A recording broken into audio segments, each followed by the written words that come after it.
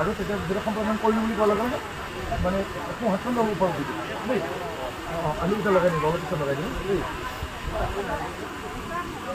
কইনাৰ হাতখন কইনাৰ দেউতাই দৰাৰ হাতত দি যেতিয়া সম্প্ৰদান কৰিলোঁ বুলি ক'ব আৰু আমি যেতিয়া ক'ম উৰুলি দিয়ক লগে লগে আপোনালোকে উৰুলি দিব দেই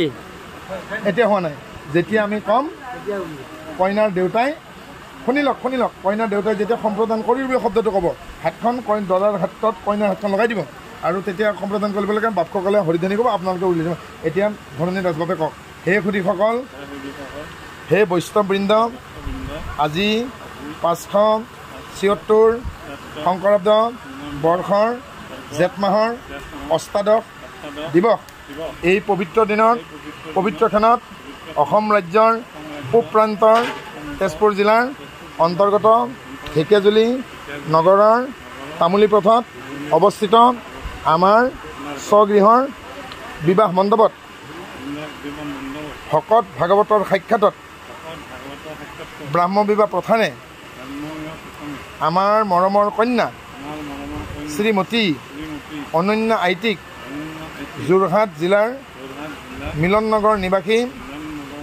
শ্ৰদ্ধাস্পদ দীপক দাসদেৱ আৰু শ্ৰীযুতা স্বপ্না হাজৰিকা আইগৰাকীৰ গুণৱান পুত্ৰ শ্ৰীমান মানস প্ৰতিম বোপাক বিষ্ণুস্বৰূপ বৰ মান্য কৰি আমাৰ কন্যাক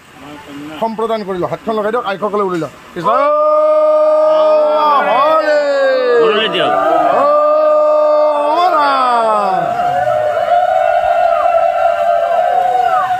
হৈছে এতিয়া কইনাৰ দেউতাই দৰালৈকে চাই পেলাব হাতখন দিব হে বিষ্ণুস্বৰূপ বৰ